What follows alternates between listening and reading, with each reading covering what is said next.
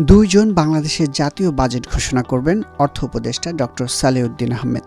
তৃতীয় অর্থ উপদেষ্টা হিসেবে এই গুরু দায়িত্ব পালন করবেন তিনি। এই অর্থনীতিবিদের প্রথম বাজেটের আকার হতে চলছে 7,90,000 কোটি টাকা। ইতোমধ্যে একটি বাস্তবমুখী বাজেট ঘোষণার প্রতিশ্রুতি দিয়ে রেখেছেন ডক্টর সালেউদ্দিন আহমেদ। তিনি বলেন, এবারের বাজেট খুবই বাস্তবমুখী হবে। মূল লক্ষ্য হবে মূল্যস্ফীতি কমানো ও বাণিজ্যের প্রসার।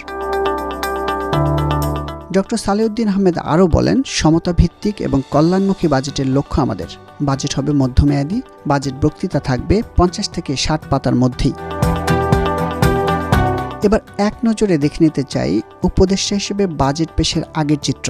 দেশের জাতীয় বাজেট ঘোষণাকারী প্রথম অর্থ উপদেষ্টা হলেন মির্জা নুরুল হুদা। 1979 সালে 2 জুন 79-80 অর্থ বছরের জন্য 3,317 কোটি টাকার বাজেট ঘোষণা করেছিলেন তিনি। এরপর 2007-08 অর্থ বছরের বাজেট ঘোষণার দায়িত্ব পড়ে অর্থ উপদেষ্টা ডক্টর এবি মির্জা আজিজুল ইসলামের কাঁধে। 2007 সালের 7 জুনে 87,137 কোটি টাকার বাজেট ঘোষণা করেন তিনি। পরের বছরও জাতীয় বাজেট ঘোষণা করেন এই অর্থনীতিবিদ। রীতি অনুযায়ী বাংলাদেশের অর্থমন্ত্রী ঘোষণা করেন জাতীয় বাজেট। দেশের ইতিহাসে অর্থমন্ত্রী ও অর্থ উপদেষ্টা ছাড়া রাষ্ট্র পরিচালনায় অন্য পদে থাকা ব্যক্তি উপস্থাপন করেছিলেন জাতীয় বাজেট। 1976 সালের 26 জুন সেটি করেছিলেন তৎকালীন রাষ্ট্রপতি জিয়াউর রহমান।